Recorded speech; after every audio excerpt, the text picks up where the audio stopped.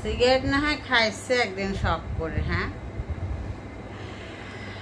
তাই বলে সেটার কাছে হারাম রিলেশনটা কি মানে ইয়ে হয়ে যাবে, ছোট হয়ে যাবে, সিগারেট খাওয়াটাই জিতে যাবে, বড় হয়ে যাবে? এটা কোনো কথা? মাঝে মাঝে ভাবি এখন তো সবাই ভুলে গেছে, তাই না? কষ্ট পাচ্ছে ওর ছেলেটা, মানে এতটুকুন ব্রেনে কি কাজ করতেছে আমি মাঝে মাঝে ভাবি যে এতটুকুন ব্রেনে এতটুকুন হার্টে কি পরিমাণে কষ্ট।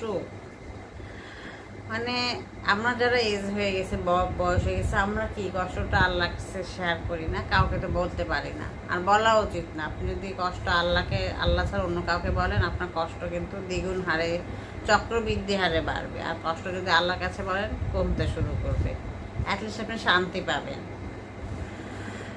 তাই ভাবি যে সবচেয়ে বড় কথা, তার যে ভিডিওগুলো লাঞ্চ দেওয়ার, হাজবেন্ডের জন্য প্রিয়, আমি তার হাজবেন্ডের কোনো নাম উচ্চারণ করতে চাচ্ছি না, হাজবেন্ডের প্রিয় খাবারগুলো সে কি সুন্দর বক্সে ভরা ভরেছে। এই বউ কোনোদিন খারাপ হইতে পারে?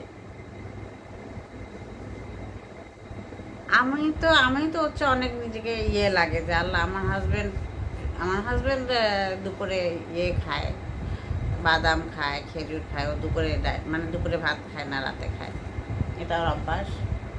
যদি আলহামদুলিল্লাহ কোনো সমস্যা নাই, ও স্লিম, তারপরেও খেতে না, কিন্তু আমার তো এটা করতে হয় না। কিন্তু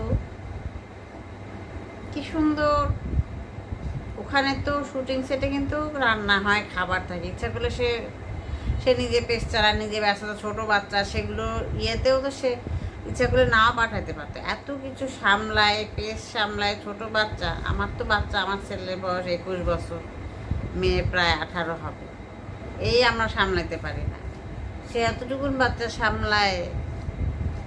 বা হাজব্যান্ডের জন্য তার প্রিয় খাবার যেটা, সেটা দিচ্ছে। আর একটা ডায়লগ দিচ্ছে, মানে কলজা কাঁপানো, যে স্যার তো রান খান না বলে বুকের মাংস সম্ভবত দিল।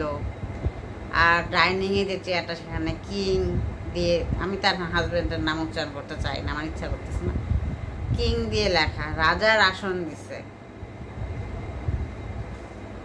দিয়ে সোজা উপরে।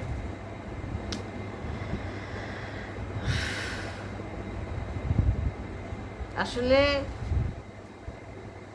কি বলবো, ভাষায় প্রকাশ, আমরা তো তাকে দেখি নাই সামনাসামনি, চিনি না, কিছুই না, যা যখন প্রকাশ হল